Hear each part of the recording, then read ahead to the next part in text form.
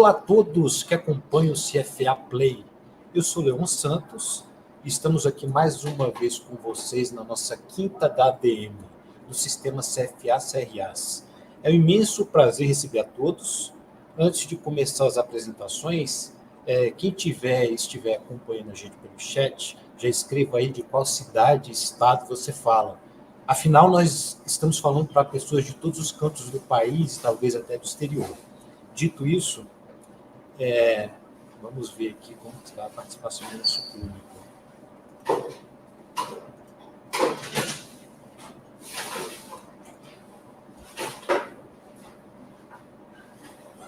Tivemos um probleminha técnico aqui. Bom, o tema da live de hoje é os segmentos da perícia para os profissionais da administração.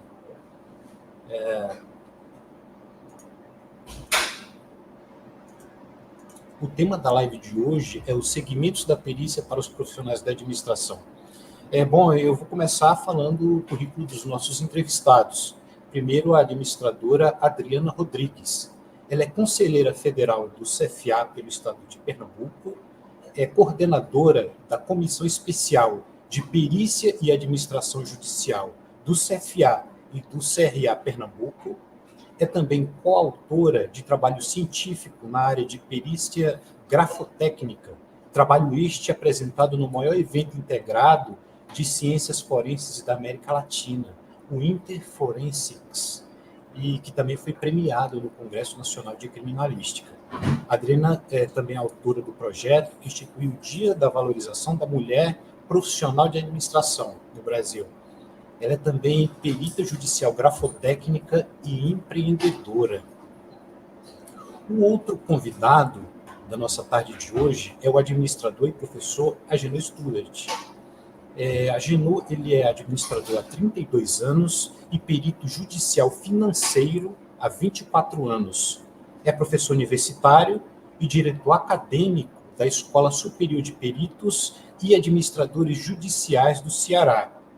É ainda vice-presidente da Associação de Peritos Judiciais e Administradores Judiciais, também do Ceará.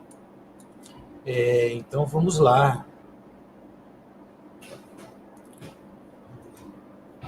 Agora eu vou chamar aqui para a tela o administrador Agenor Studart e a administradora Adriana Rodrigues.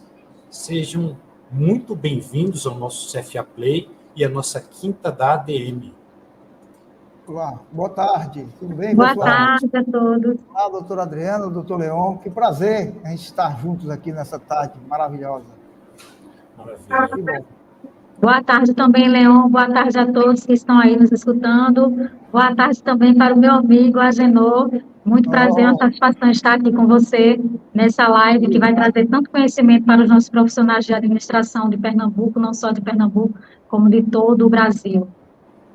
Que bom, muito obrigado. Também estou muito feliz em estar aqui nesse momento para a gente trocar ideias, né, sobre o futuro dos segmentos dessa perícia que está trazendo tanto, digamos assim, efeitos motivadores na nossa carreira, né?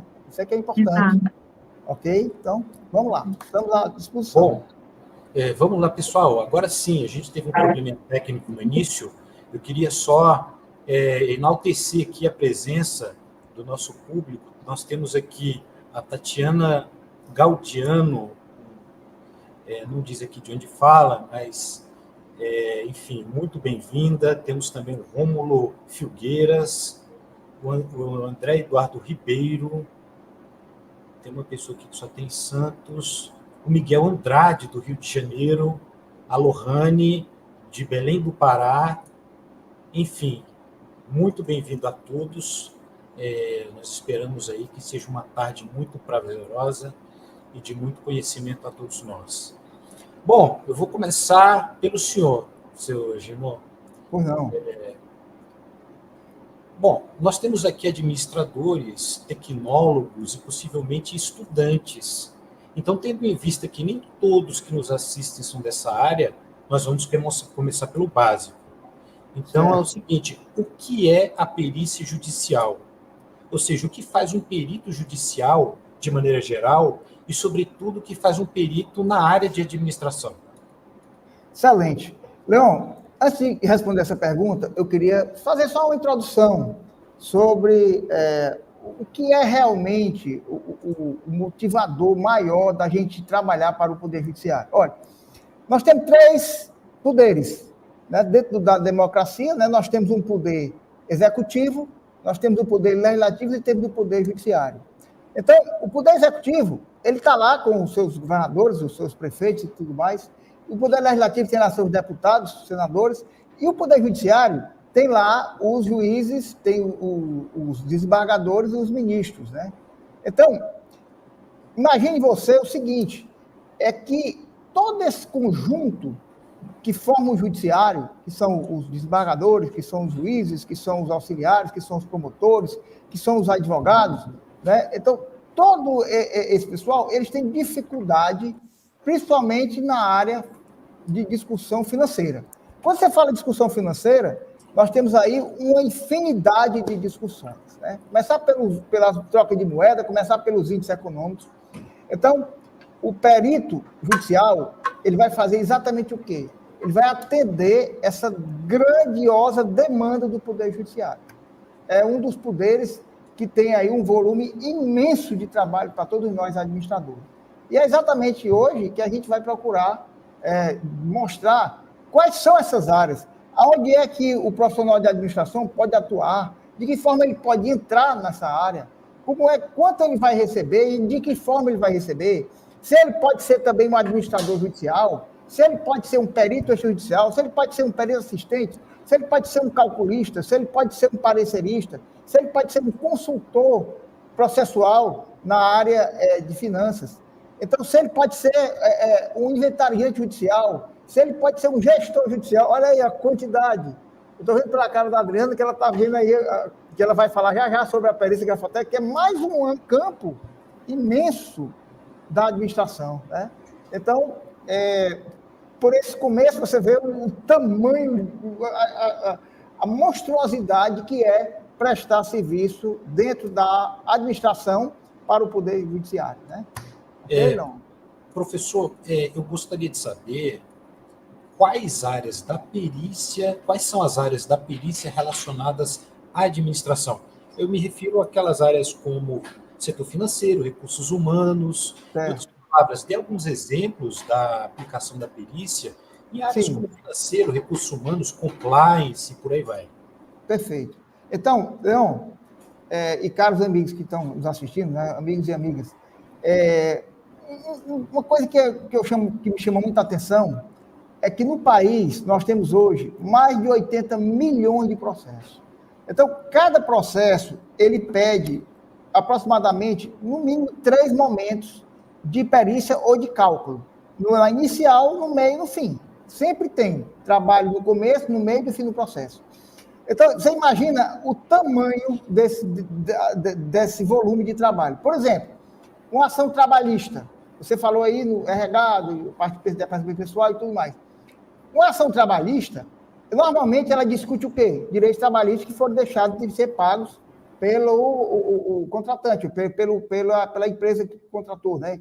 Então, na hora em que o funcionário sai da empresa, ele vai buscar o direito dele. Aonde é? Dentro do Poder Judiciário trabalhista. O que é que ele vai alegar? Normalmente, ele vai alegar hora extra, desvio de função, sobreposição de função, vai alegar que a rescisão contratual dele foi falha, vai alegar que o FGTS não foi totalmente depositado. Então, cada processo discute um conjunto de coisas. E aí, eu estou só falando da área trabalhista, que é um mundo, tá certo? Aí, vamos agora falar da parte financeira. Contratos bancários, a empresa recebe lá uma ação de execução extrajudicial, uma execução, que chama de execução extrajudicial, mas é a execução do Poder Judiciário, ou uma ação monitória. Então, cabe o quê? Cabe embargos, cabe. Quem é que vai fazer a peça matemática e financeira dessa ação? É o administrador. O administrador, ele está... Agora, já complementando a pergunta, Leon, para isso, o que é que precisa? Aprender, só isso. Dentro da faculdade, você aprende muita coisa, mas você não aprende a mexer com o processo. E o que o cliente precisa, o que a empresa precisa, o que o advogado precisa, o que o juiz precisa, chama-se solução. E essa solução vem através de quê? Vem através de um parecer técnico, ou vem através de um laudo pericial, ou vem através de uma avaliação. Então, esse é o momento principal de falar sobre a importância de você, como administrador, atuar como auxiliar do Poder Judiciário. Então, na hora que você emite um parecer, emite um laudo pericial, que você está dentro de um processo defendendo uma das partes, como perito extrajudicial, ou como perito judicial nomeado pelo juiz, ali você está produzindo provas para que o processo caminhe bem, para ter uma boa decisão. Então, a solução passa pela mão do administrador. Por isso é que temos aí diversos segmentos para que a gente possa atuar. Ficou claro, Leon? Ficou sim, professor. Lembrando que o Agenor Studert é perito judicial, é administrador, perito judicial e também professor universitário. Então, por isso que eu estou chamando ele de professor. Professor, existe um tempo mínimo de experiência profissional em administração antes de a pessoa se tornar perito judicial? Isso considerando que ela já fez o curso, né, de perito. Pronto. Leon, essa pergunta aí é inteligentíssima da sua parte. Sabe por quê? Porque quando você está dentro de uma faculdade, você entende que quando terminar essa faculdade, você está pronto para tudo. Não é bem assim. No Poder Judiciário é diferente. A primeira coisa que você tem que entender é como é que você mexe, como é que você vasculha um processo. O processo é o quê? O processo é uma demanda em que tem um autor e um réu. Esse autor tem um direito e vai atrás desse direito. O réu entende que aquele direito não é completo, ou não é dele, ou ele não tem direito de nada, e ele vai se defender, certo? Então, o primeiro passo, não adianta a pessoa fazer esses cursos de internet, não, sabe? Esses cursos às vezes tem empresa aí que quer fazer milagre. Diz, rapaz, você quer ganhar tantos mil? Faça o curso, em 20 horas o cara quer aprender. Não pode uma pessoa que vai prestar serviço para o Poder Judiciário trabalhar, imaginar que um curso de 20 horas vai trazer essa sensação de que você está pronto. Não está. E aí é onde vem a vontade de acertar. Todos nós temos vontade de acertar. E para você acertar, você tem que se capacitar. Para você ter uma ideia, nós temos, sou fundador e sou diretor acadêmico da Escola Superior de Peritos. Meu amigo, o curso aqui tem, no mínimo, 5 meses para você ser perito extrajudicial, 14 meses para você ser um perito judicial. Então, 14 meses de curso são nada mais nada menos que 32 disciplinas. Então, Leon, é um curso completo, aborda todas as fases do processo. No primeiro dia de aula, a gente já entra no site do TJ e já baixa um processo. E já vai levar para casa um processo para estudar. Aprende ou não aprende? Aprende na prática, só tem esse jeito. Então, quando você falou em tempo mínimo, o tempo mínimo para você mexer em processo e produzir planilhas e produzir um parecer técnico é no mínimo 5 meses. Não tem como você aprender e começar a atuar dentro do mercado sem ter no mínimo 5 meses de curso. Ok, Leon? Adriana, você quiser fazer algum comentário, minha irmã? Você é nossa coordenadora, chefe, entende de tudo, é a quem eu ouço em tudo que você diz, é muito bem-vindo. Queria ouvir você também, Adriana. Não, com certeza, Agenor, concordo plenamente que a gente tem que ter uma certa experiência e aí a gente tem que se atualizar com os cursos, né? O curso, por exemplo, de perícia grafotécnica, eu fiz um curso de curta duração, mas aí depois eu fiz outros cursos também, participei de congressos, de seminários, vários congressos e seminários, e aí você vai juntando todas essas horas, mini cursos dentro de congressos, também participei, e aí você vai juntando todas essas horas, hoje dá aí mais de 300 horas, né, digamos assim, de estudo, incluindo tudo, né, quando eu falo congressos, seminários, cursos, né, de curta duração, para você realmente pegar um conhecimento maior, e também ler muito livro, né, que existem vários livros dentro daquela área específica. Se você vai para a área de cálculos trabalhistas, você lê um livro voltado para a área de cálculos trabalhistas. A área grafotécnica, existem também livros voltados para a área de grafoscopia, que você pode aí estar verificando, lendo também esses livros para poder estar se atualizando e se especializando. Agora, a gente sabe que tudo é na prática, né? Tudo é com a prática. Eu realmente fiz um curso, por exemplo, de curta duração, eu iniciei na perícia, e é uma coisa que eu falo que além de você ter esses cursos, quando você vai iniciar, por exemplo, sua primeira perícia, se você puder, se você não tiver segurança, faz uma parceria com alguém que tem experiência dentro daquela área, dentro daquela especialidade que você vai atuar, e a gente sabe que a área de administração é muito imensa, ela é extensa e nem todo mundo é bom em tudo. Então, você escolhe ali aquelas áreas que você tem mais habilidade para atuar. Um exemplo, você tem habilidade para atuar na área de cálculos trabalhistas. Então, você vai se aperfeiçoar e se aprofundar dentro daquela área. Então, é isso que eu sempre falo. E aí, se você vai fazer uma perícia, e você fez o curso, e vai fazer uma perícia, não tem segurança, faz uma parceria com um perito na área de cálculos trabalhistas que já tem mais experiência, faz aquela parceria e faz o laudo em conjunto com ele, e aí faz aquela parceria, né? E aí vocês acertam os valores de 50%, 50% a 50%, e aí quem vai realmente negociar são vocês, junto com a pessoa que vocês vão fazer a parceria. Mas isso é muito importante para que vocês não entreguem um laudo errado para o judiciário, porque uma vez vocês entregam um laudo errado, vocês acabam se queimando. Então, se você não tem segurança, fez o curso, não tem segurança e vai fazer a primeira perícia, faz uma parceria. Eu, por exemplo, quando entrei na área de grafoscopia, as minhas primeiras perícias eu fiz em parceria com uma pessoa que era muito experiente, inclusive uma professora na área de gráfico. Então, é isso, a gente sempre aconselha, né, dessa sugestão que além de você fazer o curso, estudar, ler livros, você também participar de congressos, de seminários, que sejam voltados para aquela área que você, no caso, está trabalhando, está fazendo a perícia, né, está se atualizando, para que você realmente consiga aí esse conhecimento maior e consiga, com o tempo, ter mais segurança, né, porque a gente, quando está começando, realmente nem todo mundo tem aquela segurança, né? Verdade. Sim, verdade. Com certeza. Você pode falar, Leon.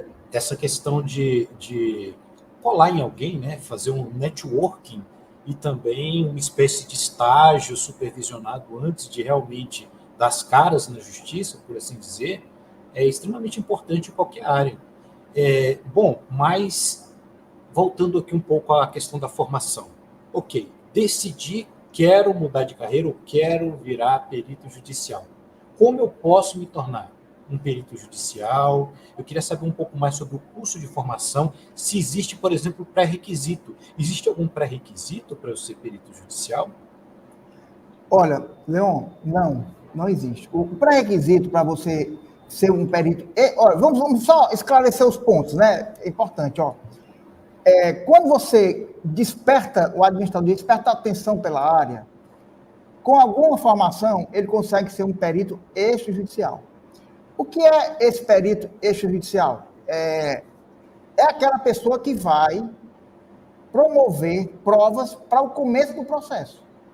Na hora que começa um processo, precisa de uma prova pericial, que seria uma perícia, ao invés de vamos ser uma perícia judicial, seria uma perícia extrajudicial, que nada mais é de quê? De que uma planilha com parecer. Esse quantitativo é que vai dar início ao processo judicial, inclusive, é que vai dizer quanto é o valor da causa. Então, aqui no Ceará, tem todos os juízes aqui, e eu acredito que no Brasil todo, não aceitam processo sem ter um elemento quantitativo no começo do processo. Uma prova que diga, é tanto com base nisso aqui. Para no final do processo, não ter sustentação? Não. Ele quer dizer, tem alguém que se responsabilize pela ação? Tem, pronto. No meio do processo, surge a figura do perito assistente. O que é o perito assistente? É aquele que vai elaborar quesitos e acompanhar o trabalho do perito judicial. Aí surge a figura de quê? Já falando do perito judicial, para começar o processo.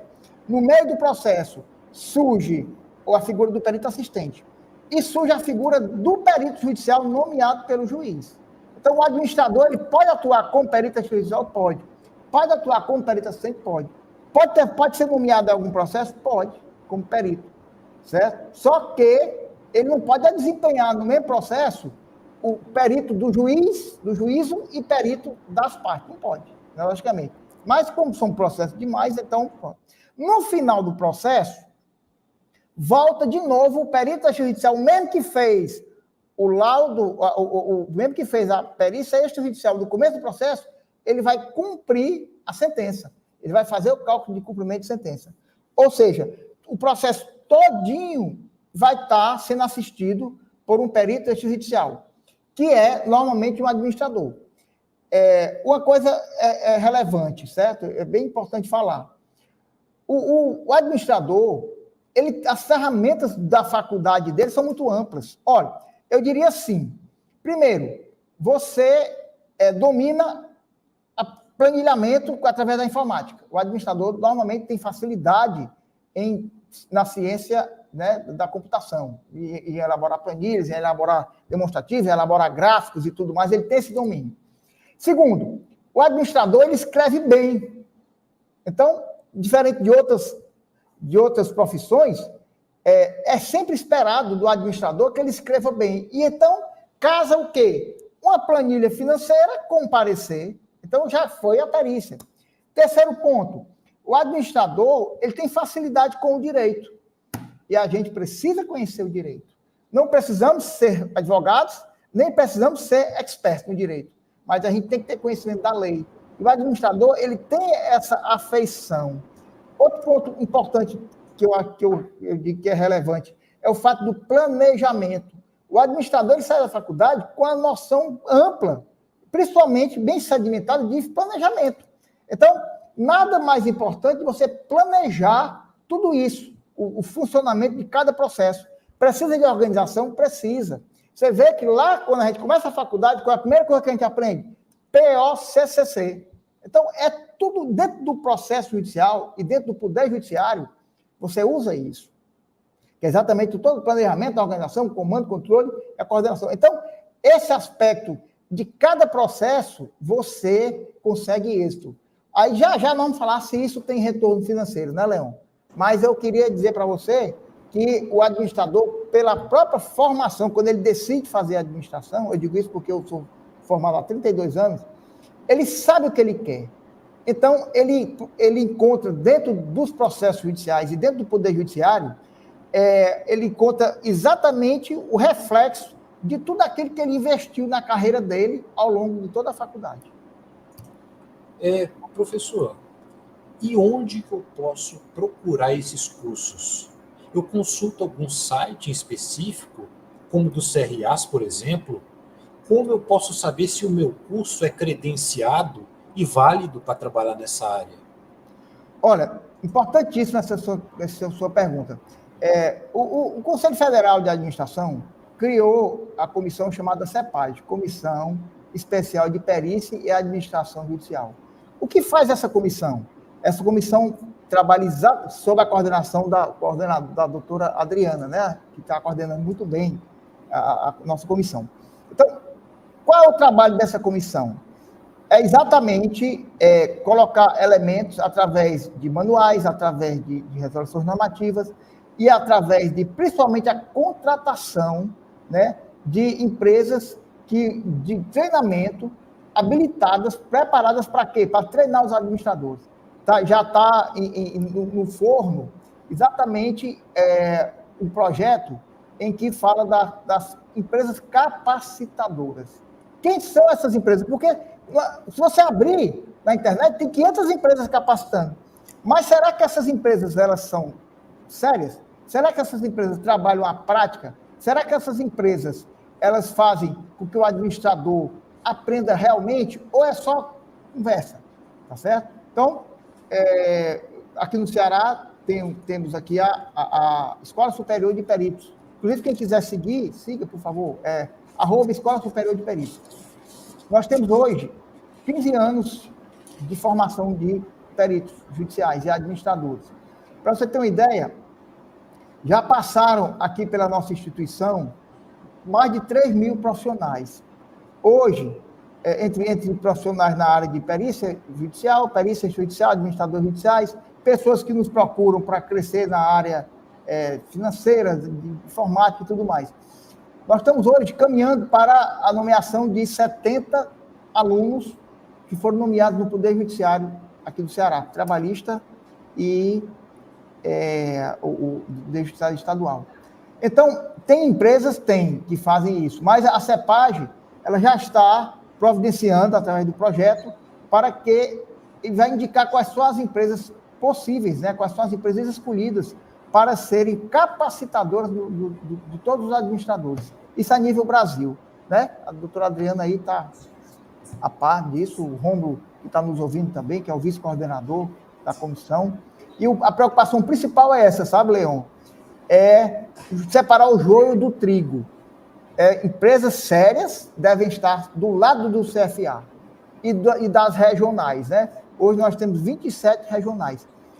Uma boa quantidade de regionais, se eu não me engano, quase todas, hoje já tem uma comissão de perícia e administração judicial formada dentro da regional. E isso é o primeiro passo para o crescimento. Professor, esse curso de perito judicial, ele é presencial, é online, é híbrido?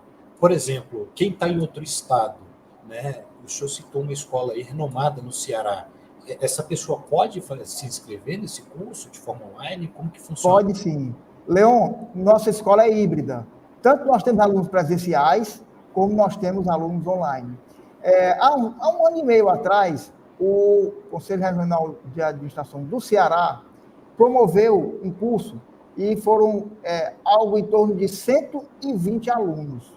E todas as aulas foram o Conselho do Ceará em parceria com os demais conselhos, né?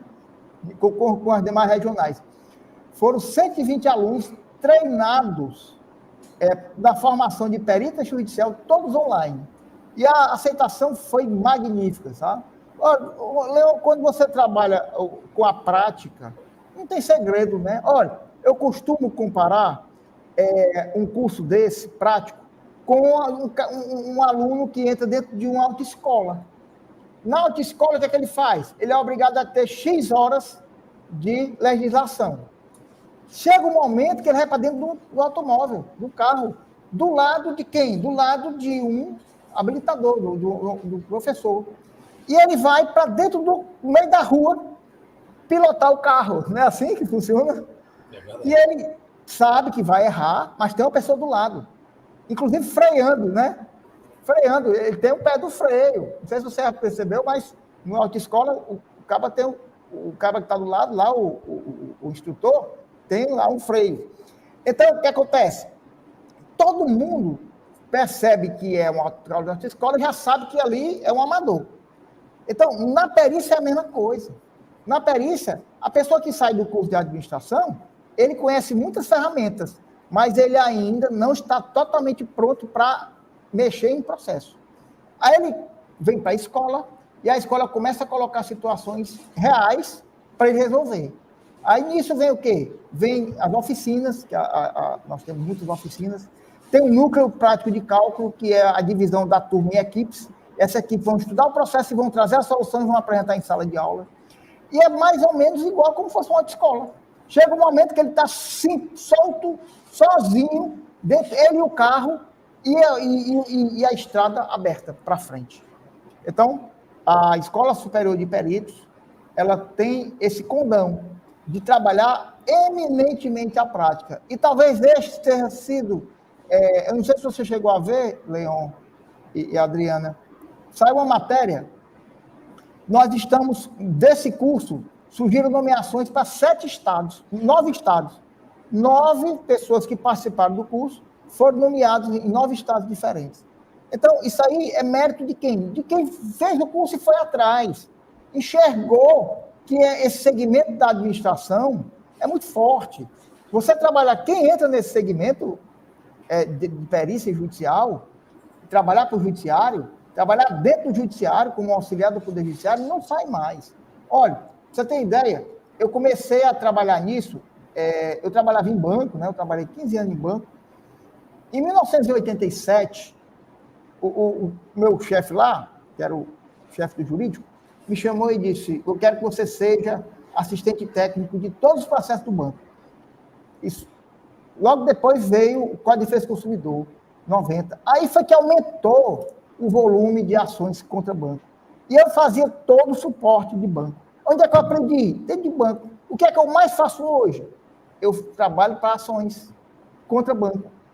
eu trabalho para empresas que precisam da nossa ajuda, como perito judicial, trabalho como perito assistente e no momento da perícia, e trabalho como perito judicial nomeado pelo juiz em muitas discussões de banco, mas muitas, são demais. Banco, consórcio, a quantidade de discussões que tem dentro dessa área que envolve contratos bancários, que envolve financiamento de longo prazo, é gigantesco.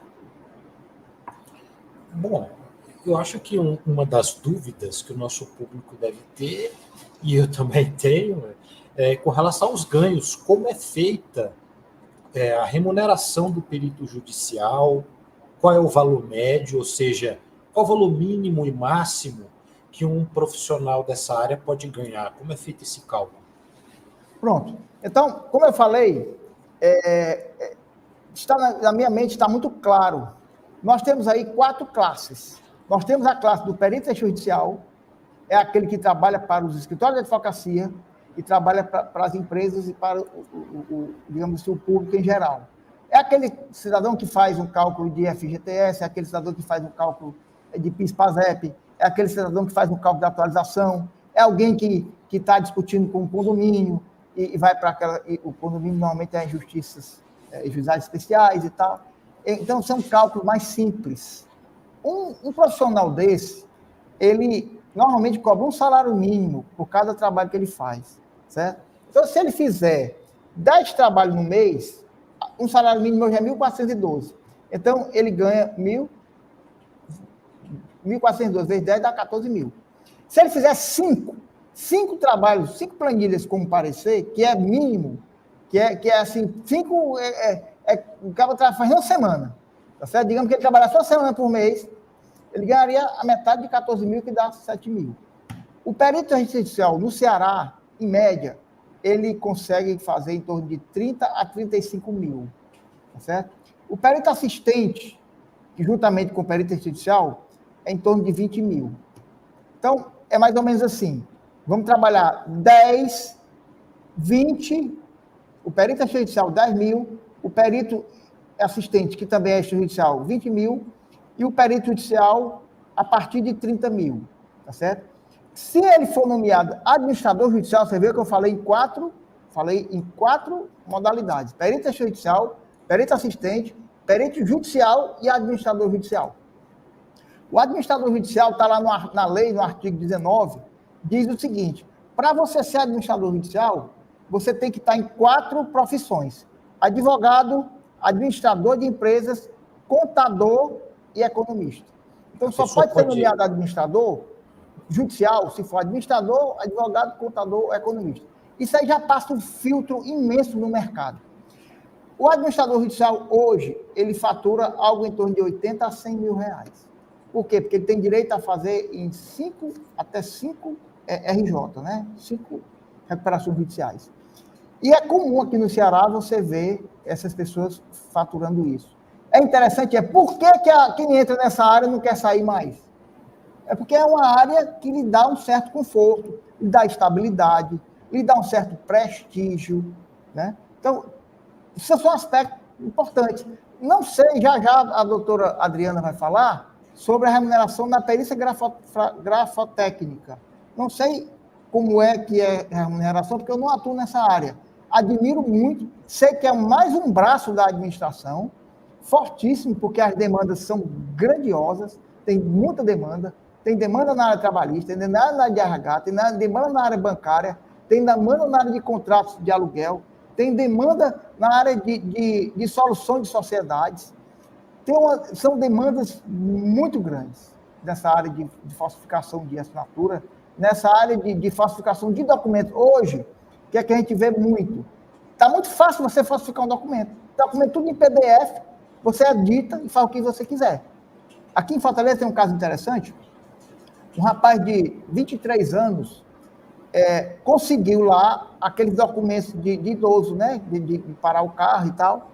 E ele foi, botou o nome dele atrás, pegou o documento. Normalmente, assim, o documento ele é uma folha de papel ofício, né? Aqui é a folha de papel ofício inteira.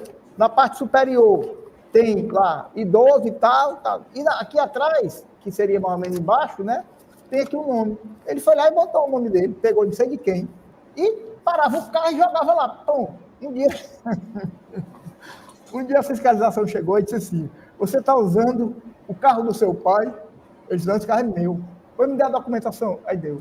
Mas no documento está dizendo aqui que você tem 22 anos. Aí, você é de 2000 e pouco, 2002. Aí ele tomou um susto, aí disse, não, mas rapaz, o que foi que você fez aqui? Aí, resultado, gerou lá um problema, chamou o pai foi lá e disse, não, vamos resolver, e resolver e tal. Não chegou a ser igual aquele caso lá que a mãe parece que ajudou lá, o filho foi-se embora, não. Esse foi menos grave, resolveu. Mas o mais importante é isso, é que a perícia, ela conserta isso. Ela vai em cima de um ponto de vista equilibrado, do ponto de vista responsável e principalmente do ponto de vista científico. A perícia é tudo o que o juiz quer. E só para finalizar, meu pai era juiz, meu avô também, juiz de direito, né, que chama de magistrado.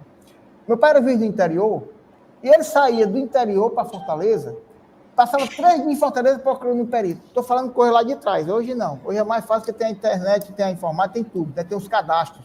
Mas ele saía do interior para ver a Fortaleza, nos escritórios atrás de perito, para nomear lá em Sobral, que é no interior, digamos assim, é um polo aqui do Ceará.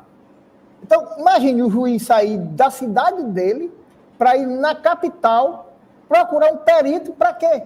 Para elucidar as questões que ele, juiz, não entende, ele não é obrigado. Como o juiz não é obrigado a conhecer nada da área de finanças, então o que ele faz? Ele submete para nós, que somos da área de finanças, nós que somos da área de RH, nós que somos da área de marketing, nós que somos de todas as áreas que envolvem todo esse mecanismo que mexe com o dinheiro. O principal é isso. Os ramos da administração, eles crescem a cada dia por quê? Porque nós temos a oportunidade de ter conhecimento de tudo isso. Ok, Leão? Maravilha. Olha, professor, eu estou convencido que essa é uma grande, na administração a gente costuma dizer oportunidade de negócio, né? Mas essa é uma oportunidade de geração de emprego e renda, não é? Não vou dizer emprego, mas pelo menos geração de renda.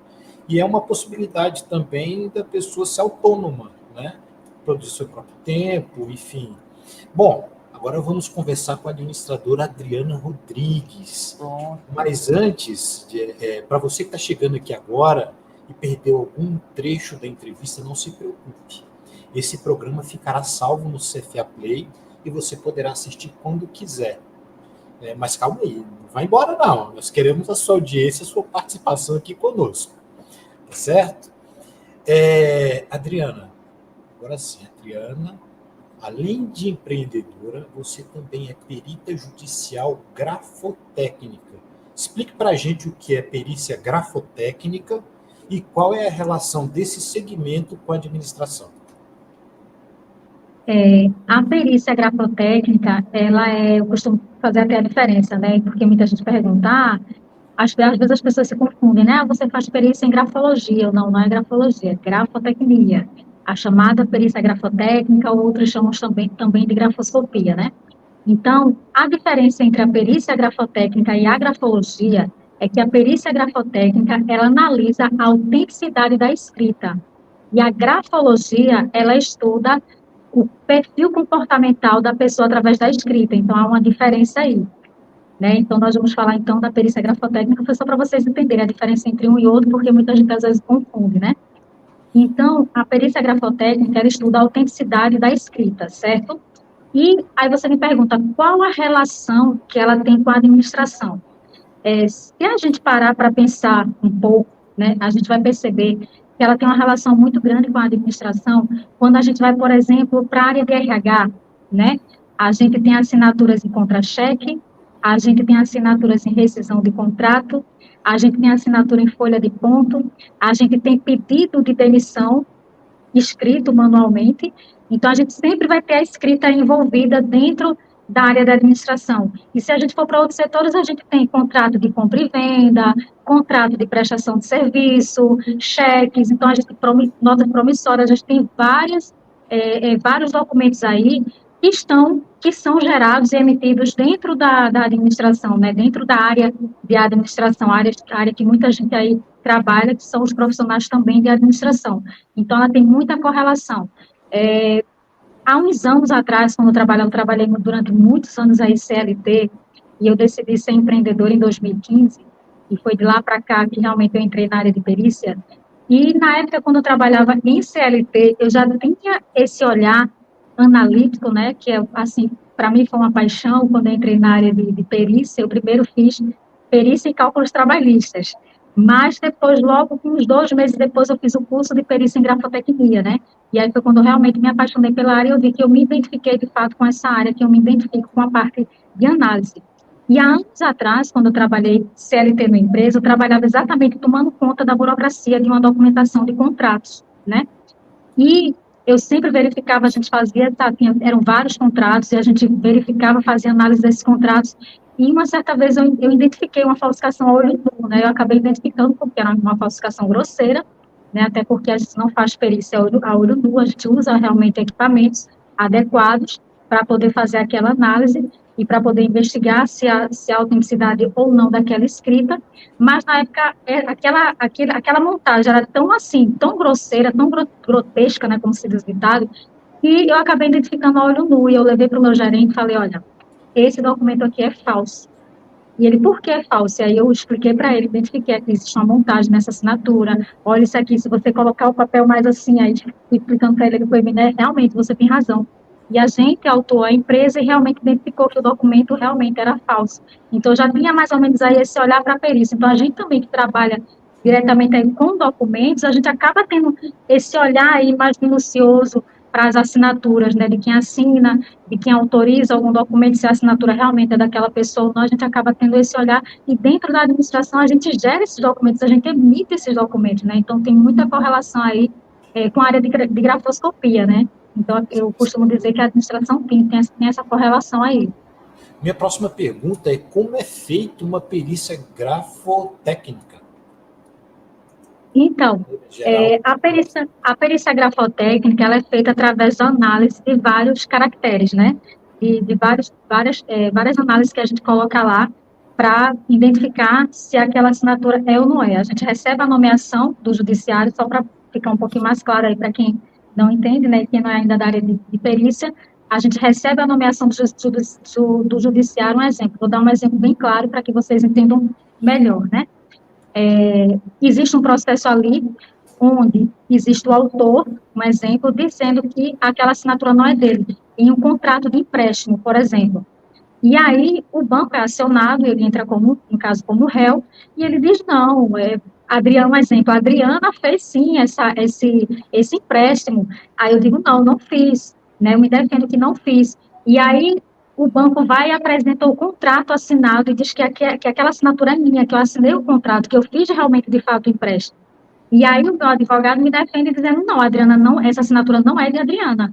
E aí é quando o juiz, ele nomeia um perito grafotécnico para que ele emita um laudo dando parecer se aquela assinatura é ou não é daquele autor, se existe autenticidade, né, se é daquele punho caligráfico ou não. E aí, quando entra o perito grafotécnico, a gente faz a análise da assinatura através das técnicas que a gente usa, né, da grafoscopia, que a gente estuda, quando faz o curso, estuda para aprender essas técnicas, e a gente faz o confronto, né, entre a peça questionada, que é aquela peça que está no processo, dizendo que a assinatura é da pessoa, que o contrato foi assinado pela pessoa, com a coleta dos padrões gráficos, que a gente também faz a diligência, né, para coletar os padrões gráficos daquela pessoa que está dizendo que a assinatura não é dela, para poder a gente fazer o confronto e ver se de fato existe autenticidade ou não ali daquele autor naquele contrato. E a gente emite o laudo e entrega para o juiz. É assim que é feito a perícia grafotécnica. Nem sempre a gente vai ter uma diligência, por exemplo, eu faço a diligência coletando os padrões gráficos do autor que está dizendo que a assinatura não é dele. Eu posso fazer isso, mas existem casos que a gente já não consegue mais fazer isso, porque há casos que há falecimento, então a família que está tomando conta ali do processo e o autor, ele faleceu. Inclusive, existem casos que o autor falece no meio do processo, porque a gente sabe que o processo na justiça ele acaba sendo um pouco demorado, e aí acaba, nesse meio tempo, acontece alguma coisa. Já aconteceu, por exemplo, comigo, em processos, o autor falecer no meio do processo. E eu não tive como fazer nem a diligência com ele. Eu tive que pesquisar em órgãos públicos os padrões.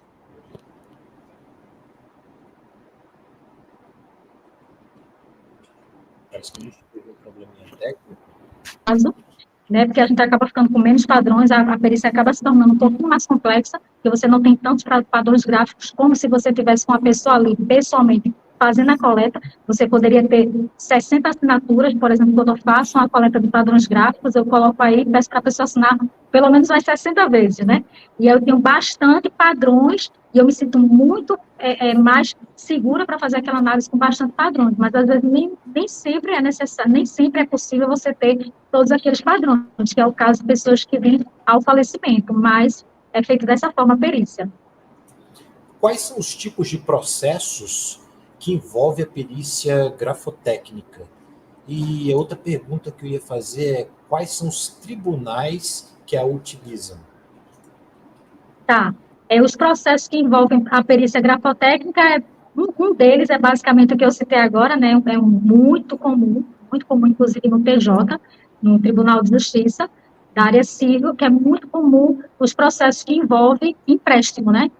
De pessoas que falam que não fez aquele empréstimo e acaba o processo indo ali para o judiciário e acaba entrando no perito grafotécnico. Também é interessante uma coisa que até o Agendor falou aí sobre a área de cálculos trabalhistas, que querem ou não, é a área de RH, né, departamento pessoal, e dentro da área de RH, é engraçado, num processo trabalhista, a gente pode ter ali 2 peritos, inclusive administrador, né, o perito para fazer a área de cálculos trabalhistas e o perito grafotécnico, porque eu já peguei processos que tinham 2 peritos, né, um que ia fazer os cálculos trabalhistas e o outro que ia fazer a área de gráfico. Por quê?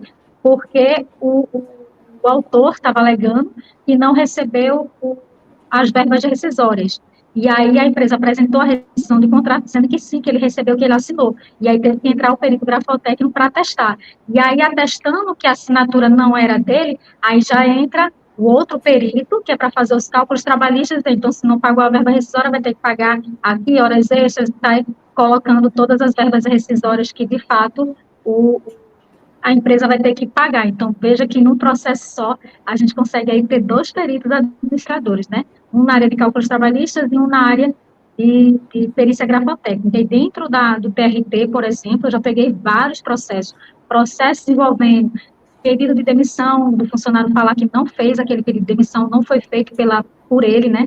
Pelo punho caligráfico dele. Teve também casos de rescisão de contratos, caso de contra-cheque, dizer que não recebeu o salário do mês, daquele determinado mês. Então, assim, eu já peguei vários casos envolvendo a perícia grafotécnica do setor da área trabalhista, né? E assim como a gente tem muito na área civil a gente também tem diversos processos que envolvem a área de grafoscopia, assim também como na Justiça Federal. Nos 3 tribunais a gente tem facilmente aí processos que envolvem a área de grafoscopia, ou seja, se a gente pensar direitinho, todo documento que envolve a assinatura escrita, que tinha que comprovar, autorizar algo, ali está uma perícia grafotécnica futuramente, se possível, né? Nem sempre, mas pode ocorrer ali uma perícia grafotécnica. E até eu vou até citar aqui, quebrar o ritmo aqui, né? Citar o caso até que está tendo uma repercussão muito grande aí nas redes sociais, né? Que a gente mesmo sabe aí, do caso daquela mulher que levou um cadáver, né? Segundo investigações aí, vão comprovar futuramente, não vou falar aqui de investigação, até porque eu não sou, né? Não sou advogado, nem sou da polícia, enfim. Mas, isso, mas você... Né, Adriana? Ali é pura área criminal, porque a pessoa, a gente está vendo na televisão, né? Exatamente. Gente, eu fiquei assim, passada, porque aquilo ali, se vocês verem aqui, ali quase houve uma fraude de assinatura, ou seja, perícia grafotécnica, né? Quase houve, não chegou a ocorrer o caso, porque foi combatido antes, né? Então, o pessoal do banco verificou, de fato, que tinha alguma coisa errada ali. De fato, não houve a concretização aí do caso da fraude, né? Mas ali quase houve uma fraude de assinatura. Veja como é importante a assinatura. Se ali talvez fosse uma identificação por digital, né, por facial, alguma coisa do tipo, podia ser que ele tivesse passado, não era só colocar assim, mesmo ele talvez ali, né, talvez Até o tivesse... dedo mesmo, a digital, né? A pessoa vai na mão para Exatamente. falar o nome de toda a pessoa. Exatamente, mas ali como o documento dele, provavelmente o documento dele original tinha assinatura, se identifica que ele não era analfabeto, então a assinatura dele era por extenso, porque quando você é analfabeto, quando você tem algum problema de saúde que você não consegue mais assinar, você faz assinatura digital, que é onde chamamos a perícia em papiloscopia, né, que também tem a perícia em papiloscopia, que é para identificar se a assinatura é ou não é daquela pessoa, mas no caso dele, como o documento provavelmente tinha assinatura, então ele tinha que assinar o documento por extenso. Então, isso é que salvou aí, talvez, a não haver aí uma fraude, né, porque ele não conseguiu assinar e foi identificado isso bem antes, então, foi uma tentativa até de fraude aí, foi um caso bem interessante, que eu fiquei bem assim, né, alerta a isso aí também, muito bom, muito legal de ver Verdade. também. Foi excelente você ter citado isso aí, porque isso foi essa semana agora, né? Isso, está recente, está uma repercussão muito grande, Verdade. E quando eu falo assim de um caso excelente, é como exemplo, tá, gente? Não é que seja um caso excelente aí para ninguém fazer, não. Deus me livre. Jamais. Mas, assim, é um caso de você ficar, né, caramba, como é que a pessoa teve a capacidade, assim, de chegar, né, e tentar ir até de repente, uma fraude, né? Eu não vou dizer que ela tentou, porque não sou polícia, nem sou da investigação, né? Jamais eu iria afirmar isso aqui, mas está tendo essa repercussão aí sobre esse caso, né? Deixa eu só explicar aqui para o pessoal que estiver chegando agora. Esse caso foi de uma pessoa que levou um parente, né, possivelmente um parente, ao banco, numa cadeira de rodas, e ele já estava morto. E ali a pessoa tentou fazer um empréstimo de 17 mil reais. De 17 mil, está tendo ampla repercussão na mídia. Bom, a gente já está aqui quase no finalzinho da nossa live, e eu quero ler aqui alguns comentários aqui dos nossos internautas. Então, alguns estão pedindo sugestões de livros sobre o tema. O Miguel Andrade. Um abraço para o Miguel. Vocês têm alguma sugestão de livros? Tem uma editora chamada Editora Juruá. Ela tem muitos títulos nessa área de perícia financeira, contábil, né? A Adriana deve ter conhecimento de alguma editora também nessa área grafotécnica, né, Adriana? Isso. Editora Juruá, J-U-R-U-A, só isso. É fácil, eles têm vários títulos. Tá certo? A Jaiana Neres está aqui pedindo link para essa capacitação. Se o nosso operador Tiagão puder colocar o nome da escola. Olha, né? o @Escola Superior de Peritos é o nosso Instagram. Pronto, tá aí, que bom. E o site, que pode ser visto imediatamente os cursos, é www.escolasuperiordeperitos.com.br. Se botar lá no Google Escola Superior de Peritos, tá lá, tem todos os cursos lá. Certo? Eu queria, Leon, se eu tiver ainda a oportunidade de falar, pronto, tá aí, que bom. Tá isso mesmo. Em relação a livros de documentoscopia, eu indico para vocês de Samuel, se vocês pesquisarem aí na internet, Samuel, que é na área de documentoscopia, aspectos científicos, técnicos e jurídicos e análise grafoscópica de assinaturas, ambos pela editora Millennium. Então, se vocês puderem ver aí, tá a dica aí na área de grafoscopia. É uma pessoa que eu admiro muito, Samuel, é um perito criminal. Tive a oportunidade também de fazer um trabalho baseado numa convenção que ele fez, né, em relação à escrita, que foi apresentado também no Congresso de Criminalística, recebeu a premiação também no Congresso de Criminalística e também no Interforense, que é a Conferência Internacional de Ciências Forenses. E a gente fez esse trabalho baseado nesse autor, inclusive tivemos a ilustre presença dele no dia da apresentação do trabalho. Então, é uma pessoa que eu admiro muito, é uma inspiração para mim na área de grafoscopia. Ele é sensacional na área de grafoscopia. Ele tem 2 livros aí escritos na área de grafoscopia, se vocês pesquisarem, vocês vão verificar aí. Muito bom. Aqui no chat, então, a Jaiana também está perguntando se o curso de perito, né, judicial é uma especialização ou um curso técnico. Olha, na verdade é um curso de capacitação. é um curso de formação, né? Ele não é um curso técnico. Eu vou lhe dizer por quê. Porque não existe, é uma coisa nova. Esse boom do judiciário foi recente, certo? Não foi uma coisa, ainda não deu tempo de formar cursos técnicos, é isso não. Eu tive a oportunidade de estruturar esse curso pela vivência mesmo, né? Nós estamos agora completando 25 anos de escritório aberto, só fazendo cálculos, sabe, Leon? Em 99, nós inauguramos um escritório de cálculos. Vendo a demanda e tal, estava começando, e está fazendo 25 anos agora. Então, o que é que nós vamos fazer para comemorar esses 25 anos? Nós vamos lançar a primeira jornada, a primeira maratona de cálculo judicial de um dia. É um dia só resolução de problema e de processo. Está entendendo? É só isso, são 4 peritos, e a gente vai passar o dia todo resolvendo.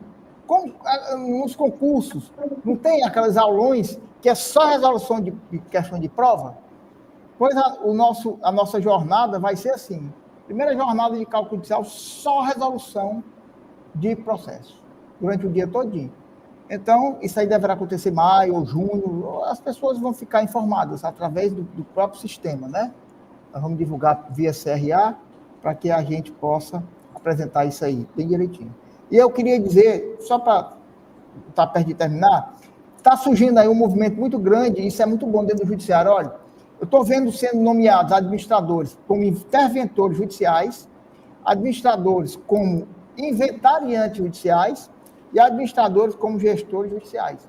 Por exemplo, o inventariante judicial tem lá um determinado momento em que foi feito um inventário e os próprios irmãos ou os parentes não aceitam que seja aquele inventariante lá que foi escolhido.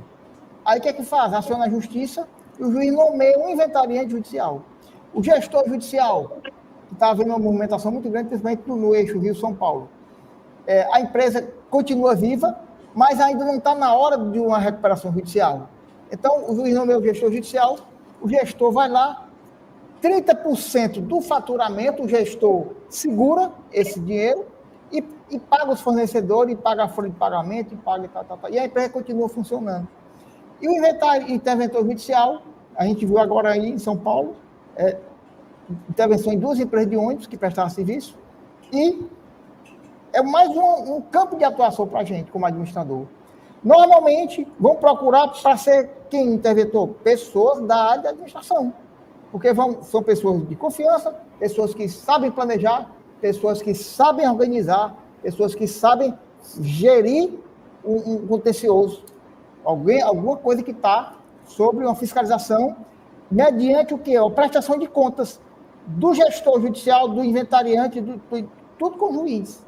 Né? O juiz não vai lá para dentro da empresa, mas manda o representante através do interventor. O juiz não vai lá para dentro do inventário, mas manda o inventariante judicial. O juiz não vai para o dia a dia daquela empresa e manda o gestor judicial. Então, é mais campo de atuação para o administrador. Ok, Leon? Ok, professor. Eu estou aqui vendo o nosso chat e pessoas do Brasil inteiro. Nós temos aqui o Lucivaldo, de Rio Branco, no Acre, o Jerônimo, de Maceió, Jerônimo Pinheiro, de Maceió, Alagoas, São José do Rio Preto, em São Paulo, enfim. Tem o Olíndio, de Itajaí, Santa Catarina. O Brasil inteiro, eu diria que já está atento a essa oportunidade, né, dentro da administração. Bom, eu quero agradecer a todos, primeiro ao professor Agenor e a administradora Adriana, pela gentileza, né, em vir aqui compartilhar os seus conhecimentos conosco, e agradeço a você também que passou aqui cerca de 1 hora conosco, né, aprendendo um pouco de administração, de perícia judicial, perdão, e tirando suas dúvidas, e esperamos vê-los em breve em mais momentos como esse no Quinta da ADM aqui. Então, um abraço a todos, nós encerramos aqui a nossa transmissão e desejo a todos aí um ótimo final de semana, o restinho, né, da semana que hoje já enfim, que nos resta. Um abraço a todos. Obrigado. E é isso. Obrigada. Agradeço também a você aí, Leão, pela oportunidade, ao CFA por ter aberto esse espaço aí para a gente estar falando sobre a área de perícia, que é uma área que a gente vê que é tão promissora, né? E muita gente ainda, muitos profissionais de administração desconhecem essa área. Então, esse foi um espaço muito bom que foi aberto aqui. Acredito eu que esclareceu a dúvida de muita gente em relação a essa área. E agradeço também ao Agenor, que é o nosso professor, né? Meu amigo também, perito ADM Agenor, meu muito obrigado, né? Tenho uma expertise muito grande aí nessa área de perícia, e também a todos vocês que estão aqui, que pararam um tempinho aí de vocês para estar ouvindo aí a gente, para estar assistindo essa live, tirando as dúvidas de vocês, né? E espero um dia encontrar vocês e poder falar. Muito prazer, perita Adriana, e vocês também falarem, olá, eu sou perito tal, que assisti aquela live, então, quem sabe um dia a gente se encontra, eu vou ter esse prazer de escutar isso aí de vocês, que vocês já começaram a atuar na área de perícia, que vocês já estão ou fazendo algum curso, ou se especializando na área, isso vai ser muito bom para a gente estar escutando também isso aí de vocês futuramente. Professor, suas considerações finais. Muito obrigado, queria agradecer o convite do CFA, queria agradecer o convite da nossa coordenadora, que ela brilhantemente está conduzindo de forma elegante e perfeita, viu, Adriana? Parabéns pela condução. Obrigada. Dessa comissão, tá certo? E para finalizar, eu queria dizer o seguinte, o mercado, eu já tenho 60 anos, né? Eu sou idoso, considerado idoso, né? Pessoal, quando a pessoa está com 60 anos, normalmente o mercado se fecha, na verdade, e na perícia não. Quanto mais tempo de idade você tiver na perícia, mais você é respeitado dentro do judiciário. Tá? Então, interessante, é o inverso, né? O mercado... Ou seja, não existe o etarismo, né? Dentro da perícia judicial. E o bom, e o bom, né, e o bom, Agenor, que a perícia, você pode ter ela, claro, né, que você não vai logo de cara ter ela como um trabalho fim, né, mas você pode iniciar como um trabalho extra, né, como muita gente inicia como um trabalho extra e vai ganhando corpo, e tem pessoas que no futuro, depois que está com um bom tempo aí, que já tem uma boa clientela, acabam realmente trabalhando só com perícia. Eu conheço, por exemplo, amigas minhas hoje que praticamente elas vivem de perícia, elas não têm outro trabalho a não ser a perícia. Porém, tem outras, como eu, por exemplo, que tem a perícia como extra, né? Mas, assim, muita gente hoje já vive da perícia. Mas a gente fala para vocês ter muito pé no chão, para quem está entrando, porque tem muita gente que diz assim, muita gente já chegou, inclusive, para mim, eu falo porque pessoas já chegaram para mim, Adriana, olha, eu estou pensando em sair do trabalho e trabalhar com perícia. Eu digo, olha, vai com calma, com o pé no chão, primeiro entra na área de perícia, vai fazendo os trabalhos de perícia, quando você tiver realmente com o corpo, né, de cliente na área de perícia, você decide se quer ficar ou não no seu trabalho, quer realmente ir realmente para essa área totalmente viver de perícia, mas assim, ter muito pé no chão nessas horas para não fazer aí também uma coisa depois, né, eu pensei que eu ia pegar perícia logo de cara, e a gente sabe que quando a gente entra na área de perícia é um processo, a gente não vai eu fiz o curso de perícia hoje, amanhã eu já vou estar sendo nomeada. Não é bem assim.